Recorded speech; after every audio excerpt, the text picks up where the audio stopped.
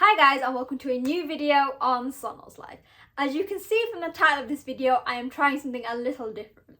So the last video I had was my very late, a week late G1 review.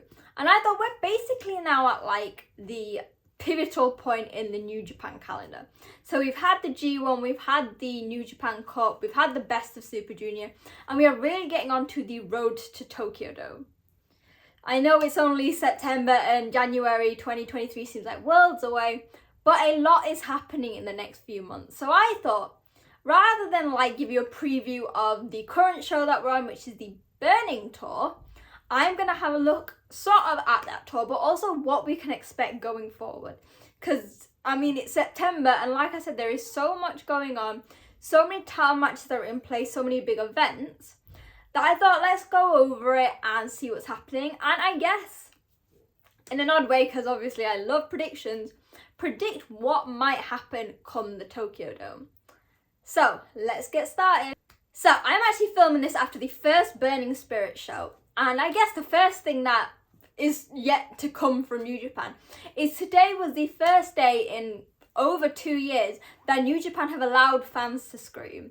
So obviously the pandemic started back in February 2020, which seems like worlds away now. And since then, the restrictions have been very strict on New Japan. So whereas across the world and across different sports and entertainment industries, there have been a much more relaxed environment. So people have been able to cheer, and so especially in Western countries. In New Japan, it was very different.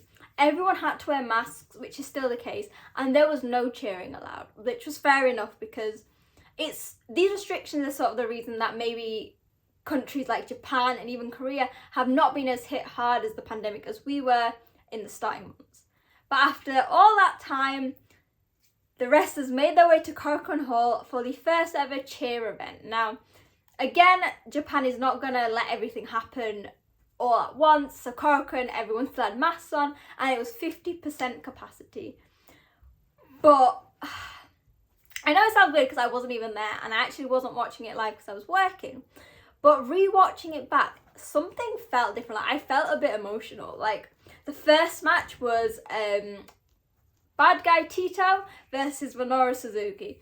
You know how happy it was, how happy I was to hear the Minoru chant, and most importantly, when Suzuki's music came on and he made his ring entrance, the music went low and the entire Korakuen Hall shouted Kaze Ninare, and I was like, it has been so long since I've heard that. Yes, we heard it at, I think it was Forbidden Door, sorry. We've probably heard it on shows in America, but this is the first time we've heard Japanese fans scream it. Similarly, in the second match, it was the Bishamon team with team against House of Torture. Bear in mind, this is the first time that the House of Torture has had an outing where crowds have been able to vocalise their support, or in this case, lack of support. I have missed the booing as House of Torture made their entrance. Every little move that the House of Torture did was met with boos and hisses, and the Chaos Trio were just cheered on by the shouts of yo, Goto, Yoshihashi. And for someone who loves professional wrestling and has watched New Japan religiously even through the pandemic, it was such a difference. And even we know Naito is as tranquilo as ever. The LIJ faction thrives, I think, the most on crowd support, because bear in mind, they're a faction that was created on Misfits at a time when Naito came back after literally nobody cared about him. So Naito got emotional. You could see it. Hiromu being Hiromu, obviously, very, very excitable, loved it. And I guess the biggest one was at the end in the main event. It was Okada and Tanahashi teaming together, and they got the win against Jonah and Shane. You know what? Tanahashi has been... I'm sorry if you can hear an alarm. I can't stop it. Tanahashi has been the life and the heart of New Japan for so long. And I think out of everyone in the company, the inability of fans to show their support would have affected him the most, because that's what he thrives on. So when they won, you could literally see the emotions in Tanahashi's face as he was like, this is finally happening. I can speak to people, they can shout back at me, everyone together can shout, "Aishitemasu!" And it's small things like that. Hearing the crowd chant, hearing them respond, singing along to the crowd, like to the theme music. It's a simple thing. And I honestly have so much like respect for the Japanese fans who throughout all this have listened to the rules and regulations and watched it, but shown their support. And it's really nice to hear them being able to give back and to have all of that energy, because wrestlers thrive on the interactions with crowds, and now they can do that. You can see who are the heels, who are the baby faces, and it is great. Again, I've got my iPad because I can't really remember what's going on with the whole tours and stuff. For the rest of the tour, what have we got? We have some amazing matches coming up. So we have all of these like tag matches, building up storylines. There's some nice stuff with ELP and Shingo. I'm trying to think. So like Wato and Taguchi and the United Empire's TJP and Francesco Akira. Obviously Jonah and Okada due to the G1, and obviously Jonah being the only defeat Okada suffered. But we also have some really big title matches. So we have David Finlay versus Will Ospreay for the US title.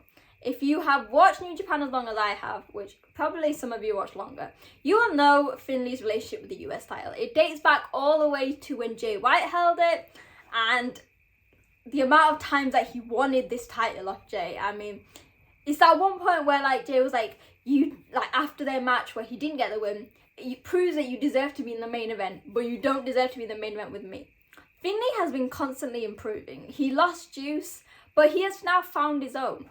Similarly with Ospreay, you can't fault him. He's had some rough spots at the moment. So lost the Rev Pro title, didn't advance in AEW for the Trios Championship. So this is going to be a make or break for him. We then have the Never Openweight Championship. So that is Tanahashi challenging Carl Anderson. So they have a long history dating back to when Carl was first in the company. You know my thoughts on wrestlers holding belts who are not they don't have to be full-time New Japan. I don't mind about that.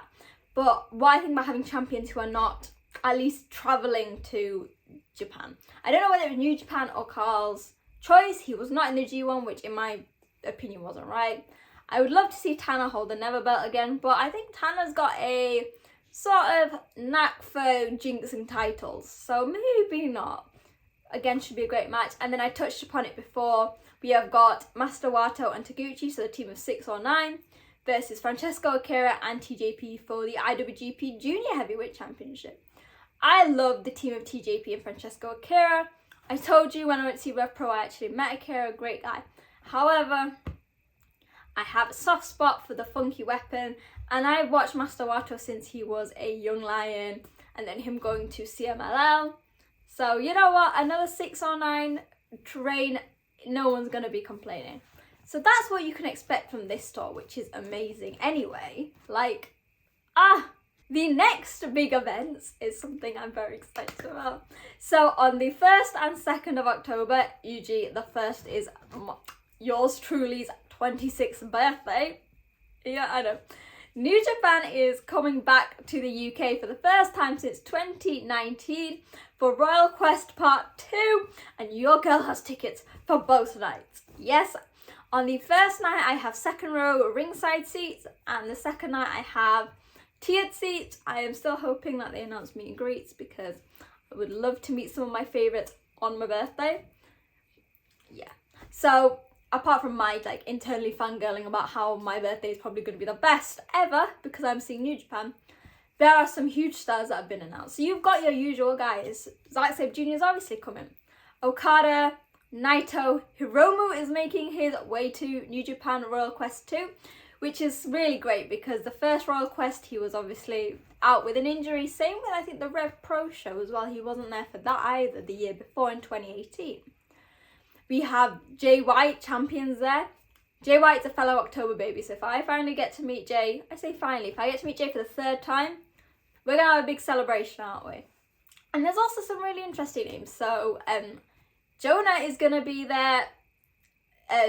Tama Tonga, I don't know why I linked them together. I think Bad Guy Tito is going to be there as well.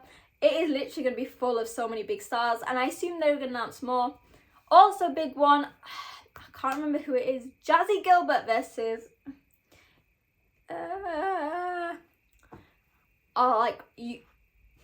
versus a UK star, and I feel so bad I can't remember her name. I should have checked this before.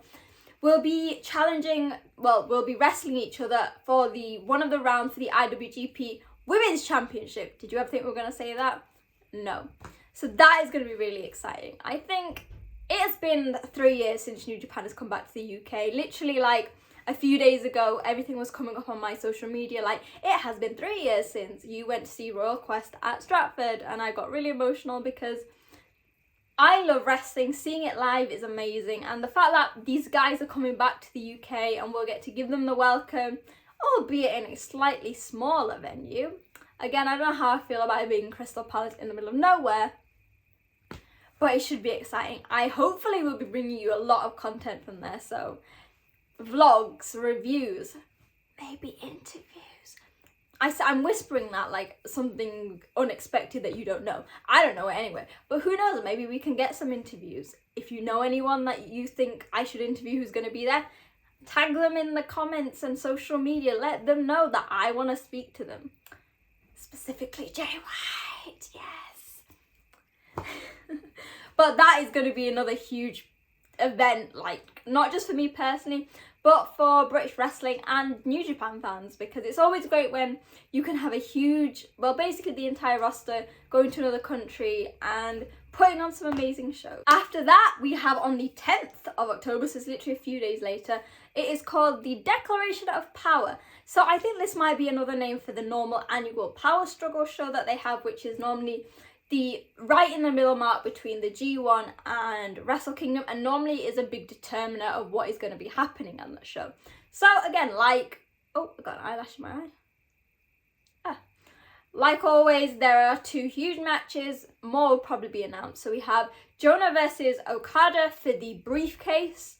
So Okada doesn't have a briefcase at the moment, but he will at some point, and as expected and as normal, whoever wins the G1, if they've had any defeats, which we didn't think Okada would have, then they will defend that contract, which gives them the main event of Wrestle Kingdom. They will defend that against the person who they lost against, which in this case is Jonah. Do I think that they're going to have Jonah take this chance off Okada? I think a lot of people will be excited if it is, because obviously, for some reason, when Okada's not at the top spot, people complain, and then when he is in the top spot, I don't want to see it again. I personally think Jonah isn't well known enough, I think, to main event Wrestle Kingdom. That's just my opinion. I know he's an amazing veteran, but in terms of New Japan storytelling, it would make more sense for Okada to do it. Maybe he won't win, but who knows. Then we have Jay White's only defeat in the G1 came from Tama Tonga, and he will be challenging on this day for the IWGP World Heavyweight Championship. They had an amazing match during the G1. Everything I wanted from this feud, and I think this will be the moment where we sort of maybe put this to rest, this feud between Jay and Tama. However, to put this feud at rest, there are 2 ways it can go. Tama can beat Jay again, and that will not only be an amazing match, an amazing result for Tama as a singles wrestler, but for fans who have watched Tama grow from a young lion, to a babyface, to one of the staple members of the Bullet Club, and now a babyface again. Or you could have Jay beat him, then maybe there might be another rubber match to cement that Jay is the dominant champion. Will Jay lose his championship on, I think, is this the second defense? I really hope not. But that is the case there. So that is the big sort of staple. This is what you're looking forward to ahead of Wrestle Kingdom. And I'm going to see, I don't know if they've got anything else coming up in terms of what they've written down, but, right, no, they don't. Okay, so then there's obviously a lot of stuff going on in the American stuff, so I think there is Rumble on the 44th Street. Oh, apparently here on November 20th, Historic X-Over, so I think that is the big show with Stardom, which is obviously something to look out for. And then in the meantime, you will also have stuff like World Tag League, Road to Tokyo Dome, maybe I'm hoping the best of, not the best of, but Super Junior Tag League, stuff like that. And everything's going to be building to Wrestle Kingdom.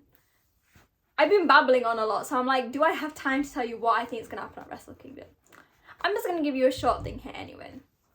We know what's going to happen there. It's only one night this year, which I think is better because I prefer this whole idea that Wrestle Kingdom is like one big show. You'll have all the titles defended, probably even the IWGP Women's Championship. Will Jay White be the main event? I don't know. Will I go? I don't know. Will depend on the restrictions from the Japanese company, how much I'm spending on Royal Quest, obviously work and things. But I'm hoping, I'd love the main event to be Jay White versus Okada, two of my favourite wrestlers, one of the best feuds in the history of New Japan, the modern era, okay, I'm not going to be like generalising it. I'd love to see a big junior match, so I can imagine Kushida at some point will challenge for the titles. I think he'll win, maybe Kushida versus Hiromu, I think that would be great, even like Kushida versus Robbie Eagles. Kushida versus Yo won't happen, but I'd love Yo to have a big prominent place at Wrestle Kingdom. Hopefully House of Torture won't beat them and Bishamon for the title, the Never Trio, so maybe we can have Yo in a prominent part for that, because I don't think he has any partners yet. He could maybe tag with Robbie Eagles. Rocky Romero, maybe we could have Roppongi 2K, even though I know Roppongi's busy with Roppongi Vice, but you know what I mean. It is going to be a huge few months coming up and leading up to the next Wrestle Kingdom, so hopefully you've enjoyed sort of what you can expect going forward. Obviously there's going to be some huge stuff, some huge videos, and I'm just excited to see what happens. So hopefully you are as well. I know that was like a whistle-stop tour of what to expect, and hopefully I didn't overwhelm you with like so much information. But let me know in the comments what you think about like the upcoming New Japan calendar. How has it been so far? What matches are you looking forward to? And tell me your predictions for Wrestle Kingdom. I know it's 4 months away and so much could happen, but what would be your ideal main event, semi-main event? Let me know in the comments. Obviously, message me at wrestling_chat on social media, because I'm always on there and I love to chat to you guys. So, hopefully you enjoyed this video. As always, remember to like, comment, hit share and subscribe, because I will be back with so much content. And yeah, I will be seeing you guys very soon. Bye!